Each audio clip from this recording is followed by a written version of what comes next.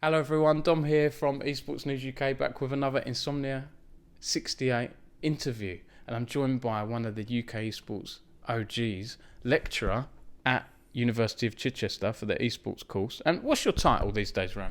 It's program coordinator and senior lecturer at the University of Chichester, and yeah, I can hardly, when you say lecturer, I can't hardly believe that myself at times, but it's happening, yeah. And it's Ram Singh, Yeah. also known as R2K from back in the day. R2K, really OG title. It means ready to kill. It sounded so cool back in '99 when I actually had it. I like it. But it was because when I was like 14, 15, every time I get back home and started playing Quake, I was ready to kill. Yeah, I see. Then you realise you get 18, 19, it's like, yeah, this doesn't sound right. I like it. I like R2K. And you've got such a storied history for anyone that doesn't know. Aside from the education side of things and the lecturing you do, you were one of those sort of early pro gamers in the UK, playing with Dignitas, OD, Quake, lots of games actually. Yeah, I feel very blessed, to be fair, and very lucky at the same time to be. When we started, it was very underground, and not so much now as you see. It was as we're here at I-68, and it's back after the pandemic, and it's so massive and seeing so many faces. But back 20 years ago, it was very it was very niche. Nobody really knew about it. If you talked about gaming, sometimes to these days now, but if you talk about gaming, it's like, you're just playing games. You just I had that too. You We're know, similar age, aren't we? yeah, we're similar. But you had that thing. You talk about gaming like that, and it's like, you're just playing games in a room. That's all you do. It's like, yeah, but now to where we are now, it's grown so much. And people understand, they can see now. I think when older people as well see that or people that are non-gamers, that there's prize pools, or at least careers, and that ties in with what you're doing at Chichester University. As people know, it's not just the pro players, you need a whole division of people. You need the production staff. There's so many things you can do, and I've really enjoyed. I've given a few guest lectures to your students, which I really enjoy. We've got a student here this weekend. Jackal Bat is helping me out with a few articles. So shout out to Jack, and the president of your Esports Society, right, as well. Yeah, he's the president. He's leaving this year as well, so we're going to have to find a new president at some point. But he's been great. I mean, he's one of our, in a sense, he's been one of our first esports students here. He started back when the actual course started in 2019. And he's been with it. I've told him a lot of things. I've given him a lot of advice and examples, and he's run with it, and he's done a lot of things. Now he's here. He's working with you. I've got another student here who's working with the NSE. That's Bobby. Oh yeah. You might have met him, but I've got two great examples there of out of what you should be doing is getting your name out there, getting yourself noticed, speaking to the right people, doing your job, doing your work, and showcasing what you could do to get further in the world. And they're two prime examples for me, which I'm blessed to have, really. I've said this to my students. I was hoping more of them would come this weekend. Maybe they might come tomorrow, who knows. I know it is Sunday tomorrow, but hopefully they see the examples. And maybe it is because we are coming out of a pandemic. It's the first one. It's a bit anxious for a lot of people.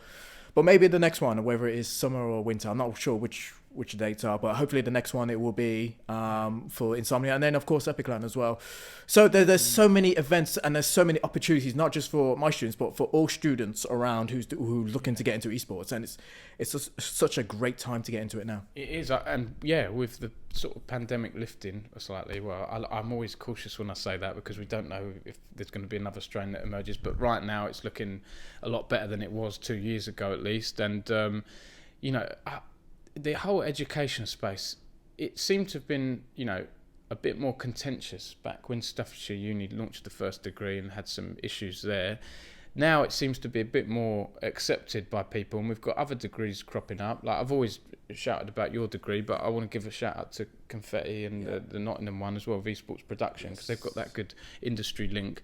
What's your view on the state of esports education at the moment? I think it's a growing platform. It's growing. It's going to have its teething problems like anything. But I think while we're not just working with the academic side of it, we're working with industry, and we're working with the students as well, because they see more of what they watch all the the leagues and that sort of side of it, and they want to be a part of it, and they ask for it, and their advice to us, what they give to us, and then what we can run with as well. It's a very, like I said, it is very small to start off with right now, but it's getting bigger and bigger. We're getting noticed. So there's a lot more universities and now colleges, of course, with British Esports and Pearson's doing their level 3 BTEC. So it's starting slowly to come out and start to be a bit more in there. I think it's just now getting more recognition, which is the thing. We are still having the problem of, let's say, the physical sports. I'd say the physical sports and the sort of the bodies, the government bodies around that are still not looking at esports the way they should be, or not helping it. So, but at the end of the day, I know I'll take the analogy of, do we need esports in the Olympics? It's like, well, we could just for the recognition, but we are bigger than a lot of these things, So I'll take the analogy back to the thing. Do we need, certain places? Maybe for the recognition, yes, but we can be definitely bigger if we wanted to. But for us, I think, or, we could be bigger, but I think we need to work with everybody. I think that's the whole thing about the Olympics and working together. It's about working together and making it bigger and making people recognize that this is not just about sitting down and playing games. There's far more opportunities than just playing games, management and teams, journalism as you are here, and Jackalbat as well, production with Bobby, and he's having an opportunity and organizations and sponsorships and marketing and brand. There's so many opportunities, and it's just getting people to recognize that and getting the governing bodies to recognize that as well, which is the hardest thing that we have right now. Yeah, I completely agree with that. You're doing an event, aren't you, next month? Tell us about that. Is that So it's quite a crazy one, because this will be my first time having graduates for the University of Chichester in esports. One of the modules is to put on a live event. So something not as big as Insomnia, of course, because that'll be too big for them. They would love to think that. In their mind, they're thinking Insomnia. In reality, it's going to be something like in a gym, in a gym size. But no, it's still a LAN. But no, it's part of the thing. So they've built up 3 years. So where they started as a player, second year is about a bit more than just a player, but now going into other roles like production and stuff like that. And from online events, so they produced online events last year, to now where they have to actually do an in-house one. So similar to what Insomnia are doing on a very small scale. And again, it's utilizing the skills that they've learned, if either in industry or they've learned by watching others or doing. We've invited loads of, well, I've invited, I'll say loads, but it's about 5 people, including yourself. We've invited like Odie, we've invited Rob Black, Heather as well, but I believe they're away currently at that time. Amy Ash from HyperX, and a few of us actually I've spoken to today to come down. And again, it's beneficial really, because you are part of the industry, and speaking on behalf of them as well, is that you give a different voice than I do. I've been there for 3 years, and it's like they'll hear my voice, but it's sound like a droning sound to them nowadays, right? So it's like something that's just hit the wall, and it's been there for 3 years, but they need somebody else to actually say the same things that I do. Or similar. It's like when someone's learning to drive from their parent. They're going to treat that differently to if they get a different driving instructor come in, I guess. Exactly, right? So you lot will be the driving instructors. I will be the driving parents to these students, right? And they will be the ones that will, have to listen to you, but and then take the advice. But in all seriousness, that's what they need. They need somebody who comes from the industry, not just myself. Like I said, I've been there, done that. I'm part of this, but they only see me in that form. They don't see me from an industry form, whereas yourself and an Odie and a Rob who come in and tell them the same sort of thing that I've been trying to tell them for the last few years, it gives them the actual facts, it gives them the actual foundation. Yeah, esports, like I say, it's come along such a way over the years. There are so many opportunities now, and it is more accepted. There's more career options. But do you miss the old days? Of course I miss the old days, because again, for me, money was never an importance. The way I see things now is that a lot of players, and especially with franchising, a lot of it is to do with money, And the only way you're going to get in is if you're in a circle of people or circle of friends, or you get noticed on a ladder. And basically, the players are mercenaries in a sense, right? Whereas, you know, years ago for me, it was more about the pride, playing for, you know, with friends and winning and just building myself up to where I am now. And that's what I did. You know, money's okay, but it's not gonna sustainable.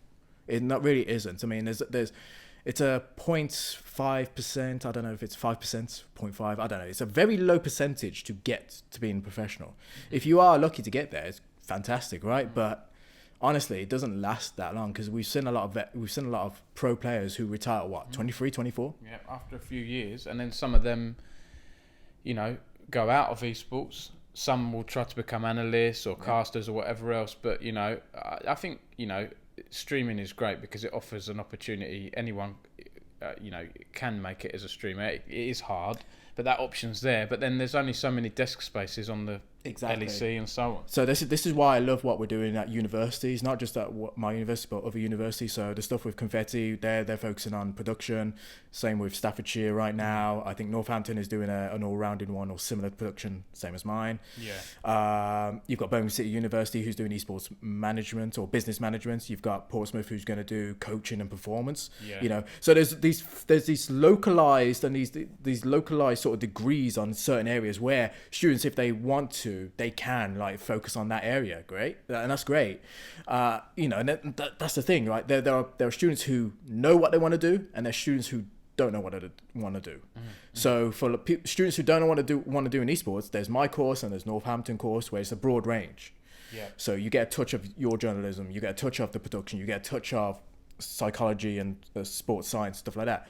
If you know what you want to do, then you have those universities that have the specific courses. So that's what I'm loving about the whole thing, is that we've now got these sort of areas where people can, if they want to go into it, there is a university right now for it. Yeah. You know, so it's not like they don't have a plethora of choices. It's just a lot of the things, and especially coming here, is what do you want to do? And that's what I've said to my students, and you know, with Jack and Bobby, and I've asked them, what do you want to do? They never knew what they wanted to do for the first year. It was only till they started like going to events or watching events or doing events and coming with me that they realized what they wanted to do. I've seen that a lot. Young people coming in, they want to work in esports, but they don't know what. And it can be hard, you know, because there are so many different options, and it is good to specialise on something. Yeah. But there are crossovers as well. Yes. You know, journalism, you can be a PR. You can work in PR marketing if you're good at journalism, and vice versa, I think. You know, production, then you could also maybe be a streamer as well, because you've got half the battle of, you know, setting the stream up, graphics, all that stuff. This is the biggest thing with the esports course for me, especially, is that Rob Gomez, who's part of the sports media program at the university, has said that, and I agree with him, we try to prepare our students like Swiss Army knives, right? It's to be prepared with the key and transferable skills that you can take anywhere, and not just in esports. It's like, I say to students that you're not guaranteed a job at the end of a university course or a, you know, college course or anything, but what can you do between the end of that course and your dream job? What is the point? And it's not just getting to A to B. What is the journey that you can take from between A to B? That journey that you can take to learn so much before you get to B. And it's preparing with all the sort of skills that we try to set out, whether it is like the legal, the admin side, the news journalism, mental side, you know, psychology, or all these things. There's a plethora of them, but we try to prepare them as much as we can for the real world, because again, the real world is very difficult. And I will say as well, I like what you said there. It's reminded me of that quote that is, you know, don't always focus on the destination, enjoy the journey, like enjoy the time at university, because, you know, you're only sort of young once, and all of that stuff. And I learned a lot at uni that I can now take. You are right though, when you get a full-time job, you need to learn on the job as well. Yes. University can take you so far. Rams, to wrap up, I'd love to hear maybe a story from the old days or something. I know you did a lot with Dignitas. Is there anything? I spoke to you recently about the history of UK esports for a talk I did, but is there anything that jumps out, or Do you want a good story? Do you want a happy story or a sad story? There's so many of those, right? There is so many of those because again, being through 20 years, I mean, I think some of my sad times. I think Odie's mentioned it before, where he did CGS when he was. I'll do two quick ones. So a sad one. I was going to say both would be good. Yeah, so I'll do a sad one first. Yeah. Well, I like to end on a happy note, but on a sad one is when CGS came out. This was the Championship Gaming Series in 2007 or 2006, 2007, or around that, or 2007, 2008, around that. And it was an opportunity. Odie got the chance to manage one of the teams, didn't he? And I tried to get into one of the teams playing because I was multi-skilled, multi-handed. I tried playing what was it? Project Cars for the first year. I didn't get it. Yeah, it was Project Cars.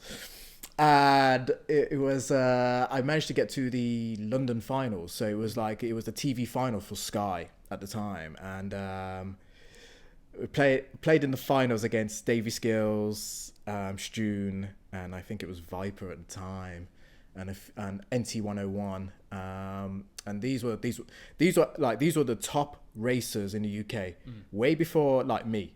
I was never a top racer. I'd say that, right? I was just coming in from the outside, but these were the top racers who played Xbox and played PGR. And Davy Skills and Stune were really top level, right? And I got to the part where I needed to win the race, right? I need to not win the race, but I needed to get at least a second or third.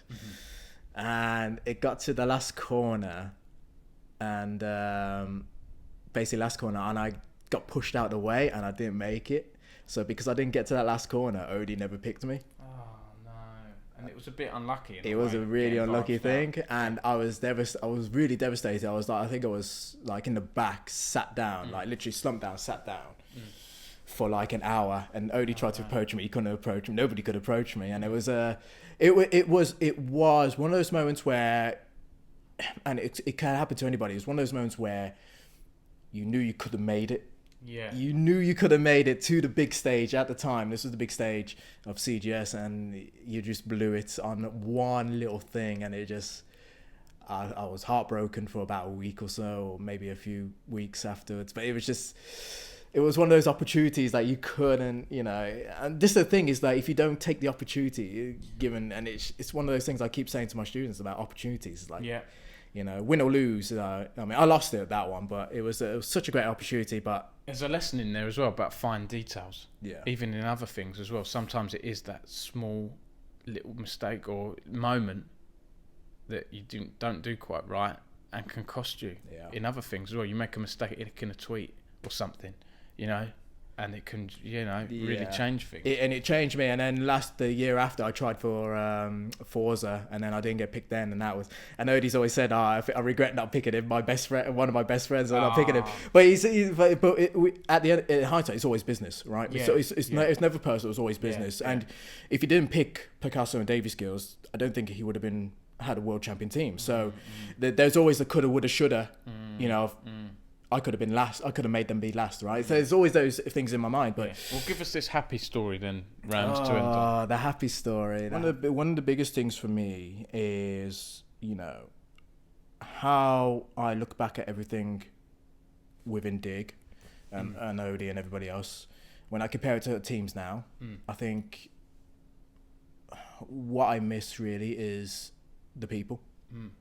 That's us. It's a cliche when sometimes people say we're a family, but Dig did feel like that. We were, from what I've seen. We were a big family. I mean, because we didn't matter what game you played, no matter what skill level you were, whether you were the highest or in second division, whatever, you were always a person to us, and that was the sort of thing that me and Odie talked about, and not so much Odie, but myself, is that, you see me, for me, I was more the friendly, I was more hugging them, I was more, making sure they're all right, having jokes with them, having banter like with yourself. And that was me. And I treated it like a family. I treat a lot of my friends nowadays like family. Yeah. And in Dig, it was much more family. See, nowadays, though, when you've got the franchise stuff and like that, it's very hard because it's more about money. And I feel like players are mercenaries more than money. They are. And mercenaries. it's. But can you blame them sometimes if we were in that situation and a team had offered half of what you could get elsewhere. I can't blame him. It's hard, isn't it? I can't blame him, but will they get the needs that they do like they would in terms of what we did, like in the family? Yeah. Will they get the actual needs? Would they not be shouted at like certain coaches? Yeah, you never know who you're going to play with. We've seen star players not get along with coaches or not get along with other big players. It's no guarantee of success. And we see that in football and other sports as well. Exactly, and there's you know, and there is this thing I say my students is that there's been professional, not personal, right? And you know, and as long as they know they're working and stuff like that, is, you know, it's being professional. I think a lot of it's one of my happy things really. I think is that it's been a family with Dig. That was one of my happy memories. Winning loads of things. Winning my European Championship in 2004. That was way before Dig. That was one of my happy memories as well. Because that was me proving to my parents, because they didn't want me to go out of the country. They're, you know, being Indian parents, being West Indian parents, you know, they're very protective, right? They're always very protective of me and my brother. And if I go anywhere that's out of their sight, right? It's like, you know, they're very scared and they want me back. My dad's a bit like that as well. Right. So I had to prove them. So I went to Holland with a few of the Quake players that I knew back then, who were still around, somewhere around anyway, but some of them. And then we won the European Championship and I came back. And which game was that? Quake 3 Arena. It was a CTF European Championship and we won it. And I came back. I was sitting in the coach station waiting for my brother and my parents. And then the first thing I did was pick up the trophy and shoved it in my parents' face. Or shoved it at them going, there you go. Have that. I was like, have that. And it proved, I think, you know, without that verification, with that acknowledgement, without proving that I could do it, I think I wouldn't be here today. And then again, what, in esports? In esports, yeah. You know, I mean, 2003 was a dark time for me even then. I mean, that was a very dark time. I mean, I thought about killing myself. Oh no. Yeah. Sorry to hear that. Yeah, I mean, that was a dark, it's because I know we're going a bit off the strip, but that's a sad story. But it's like, you know, 2003, like most students nowadays, you know, how they're coping with lockdown and, you know, they're not getting anything outside. I mean, it's been hard. I've found it hard, and I have a family of 5.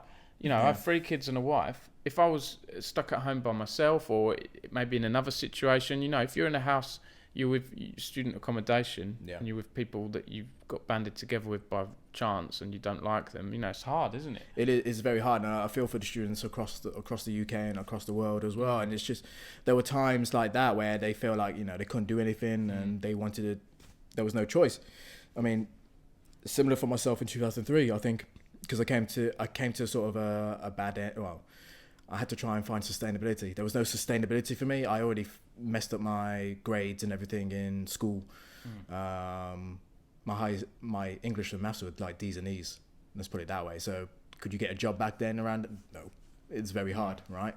So without any sort of way to go to, my only way was really down in the dumps and down in the heap and offing myself. But luckily I had a guardian angel and a teammate who taught me out of it, and then here I am now. I mean, a year later I won that European Championship, and to be where I am now. So yeah, again, esports was a focus for you, wasn't it? An outlet in a way. Esports was a focus. Esports was a focus, but esports was an outlet, but it was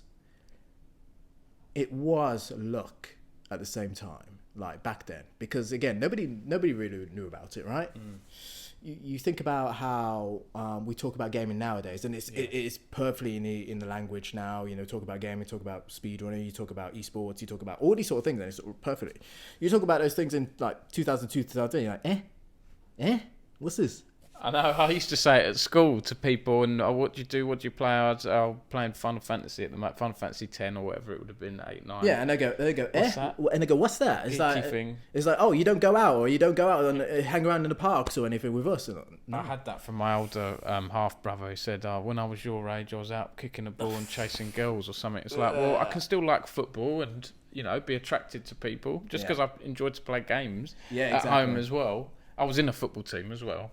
Exactly right, and that was the annoying. thing. It was the thing. But then in 2003, when I didn't have anything left at the time, that's what happened. And then look, he had the Guardian Angel, had a new lease of life, or sort of like in hindsight, and then just to come where I am now. So it was 2003. I wouldn't be if I wasn't here. Then yeah, I guess I don't know. Somebody else might be the lecturer at Chai, and stuff like that. But well, I'm glad you're here. Yeah, Rams, you've got so much wisdom to impart on the youngsters of today and everything, and all the stuff you've done as well. When you look at your achievements, that list of tournaments and things you've won is pretty amazing. You don't get players now that really are able to, like you say, be multifaceted, play all these different games. I know it's slightly different now. You have to specialise more in one game.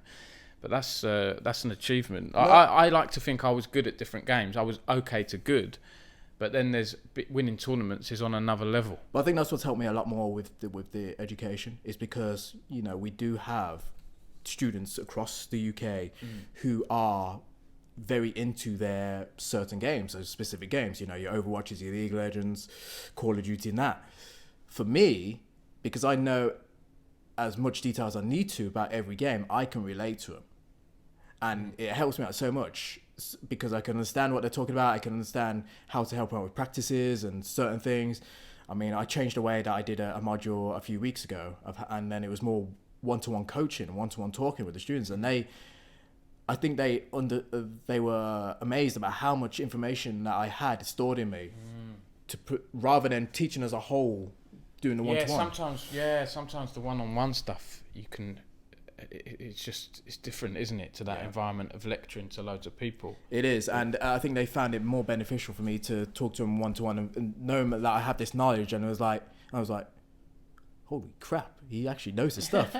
To rather than he's just a lecturer, right? So it's a great thing to have. So I think being multifaceted, like I says, it's preparing the students now, not just this university, but every other university, is preparing them to be multifaceted as much as possible. Yeah. To going out there and reward, because again, it's what you do after the university, and what's that going to be, that dream job? It's always going to be that journey in between, and if we can prepare the students as much as possible for that time, then that for me is succeeding 100%. Yeah, absolutely. Rams, this has been an amazing chat. I'll let it go beyond the usual 10-15 minutes of insomnia, because I think I'm going to put this out after insomnia, because I've got so much to get through. But it's really in depth. We've meandered from esports education to like pro play in the old days, some more serious themes of that you went through. So it's been a good chat. Yeah, I just feel bad for your camera, because again, it's taken up all the space. I've taken up all your space. No, this is all right. I think it's 256 gig, so that's all. Don't worry about the space. I've taken up all the space. And when I upload ones, then I delete them off, so it's all right. No, I'm appreciative of the talk, really. I know I'm glad. I'm happy for as a final word. I'm happy for everybody right now, and in terms of university education, I'm happy it's growing.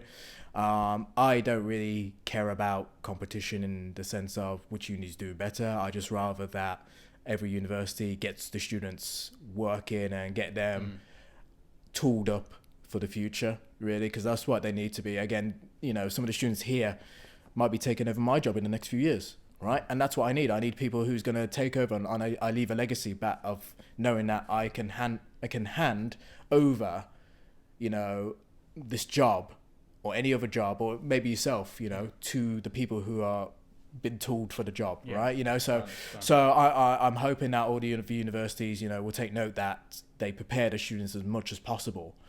Don't think about any other university, just think about the students more and focus on them. And that's what's going to get them through in life. That's the main thing. And if we can do that, that's 100 times more than any sort of competition or anything out there, really, because again, it's all about them, not about us. It's kind of weird, really, because I was in a team full of white people. Yeah, we never really spoken about that. Yeah. Did you ever feel like a bit ostracized or anything like that? No.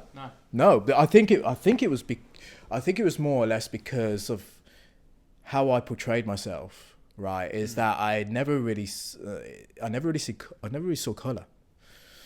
Okay, yeah, it's that. But when I look at somebody, I look at them playing a game. I don't look at what color, what gender, what race you are. Yeah. I'm looking at the skill of the person. I'm looking at the person who's bringing it. And then, you know, it was shocking.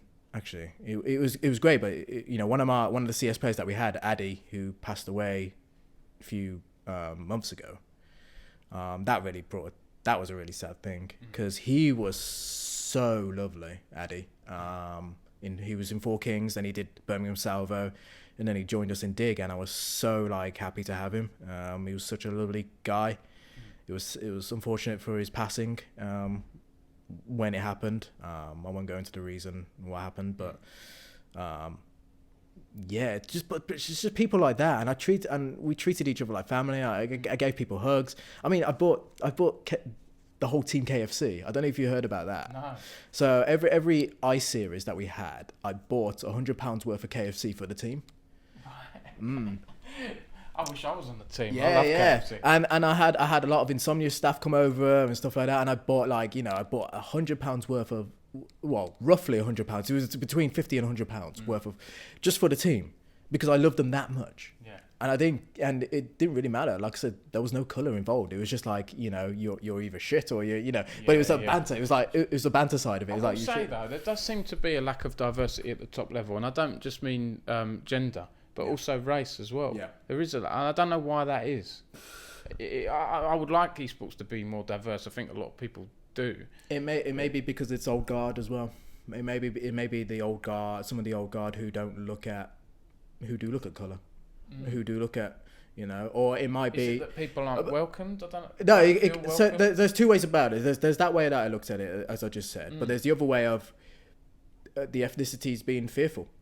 You know, if they're trying to work their way up so hard and then they get abused by someone, right, and then it puts their mental back down, right? So it's getting pushed back down. So those are two ways, but there's many more ways. I mean, there's many more possibilities. I'm not saying I'm right or anything, but they're just possibilities. Like I said, with myself, I got lucky. I truly was in the right place at the right time with OD and a few other people.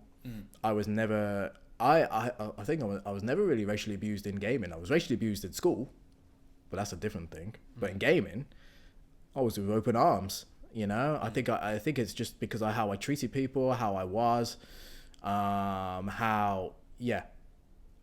it was all, you know.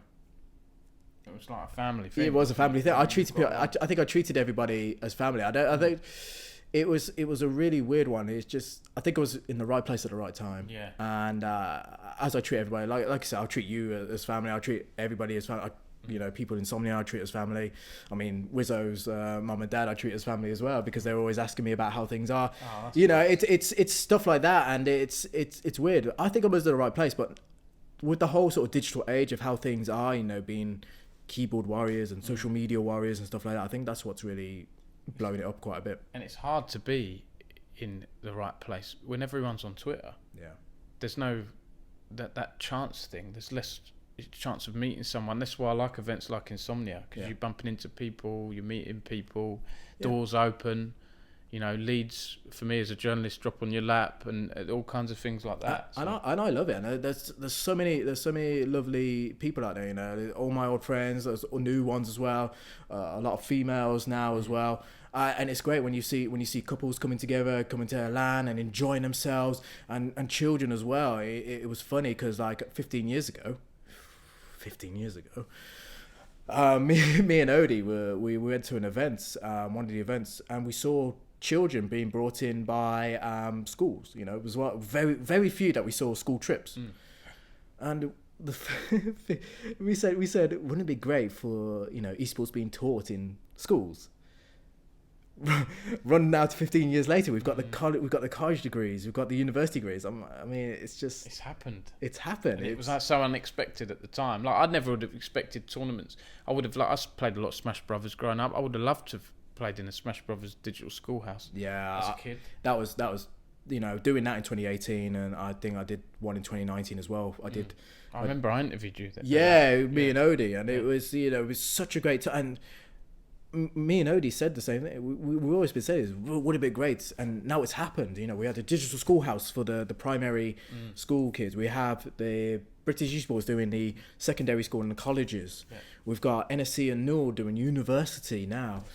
It's just, that's, if we only had that years ago, of course, again, it was a different time, different era. If only we got accepted like Korea treats their, you know, back then. In terms of gaming, but if we had that then, we'd be megastars. We would have made esports the way it is, probably what Korea is now, right? In the UK. In the UK. But it's one of those things that we look at hindsight. But I think we do have the right people to take it along, and it's also now we do have the right sort of students, teenagers who are open-minded to it and who can help us to bring it a lot better. Now we need to work with them and everybody else to make it better, and we will get there. Whether it's in our lifetime, I'm not sure, you know, but we will get there eventually. But right now, I'm just happy that, you know, we're here at Insomnia. I'm here with you. I'm here with everybody else. Just seeing so many happy smiles, happy faces, happy couples, happy everything. Yeah, right. It's good to be back. It is good to be back, and we want to continue on. And you know, it's a shame that if you're watching this and you have missed out on this, but again, it's not the end of the world. Come to the next one. Come back in the next one. Probably we don't know when it's confirmed, because you mentioned this earlier. I'm not sure when. We can ask Craig, but I'm hoping like the August bank holiday will come back round. But so if they go back to the 2, which is usually Easter and August bank holiday, they did try one years ago in winter, but again, you don't have bank holidays in winter. Yeah. So it's very hard for people. But if you obviously you need to come here, and especially for any esports student out there, if you're doing esports, of course, to come to these events, because again, you get to meet people like myself, you get to meet people like Dom, you get to meet people like Craig, Wizzo, and everybody else in that team. You know, that this is the opportunity. If you want to get into the industry, you need to come and network and talk to us and have fun here. And have fun, It's fun. Absolutely. On that note, thanks Rams for a great interview. Thanks for watching this. I will say, by this time I think Insomnia will be over, so have a look through our YouTube for post all the events content, and on the Esports News UK. Thanks to Aegon by AOC for help bringing me here, and I look forward to hearing about University of Chichester. Go and follow Rams on Twitter and University of Chichester, and seeing what your students do in the future. Look forward to it, and thank you very much if you have watched it, and please hit me up if you want to talk about anything. More than happy to. Great stuff. Thanks a lot, Rams. Cheers for your time. I appreciate it.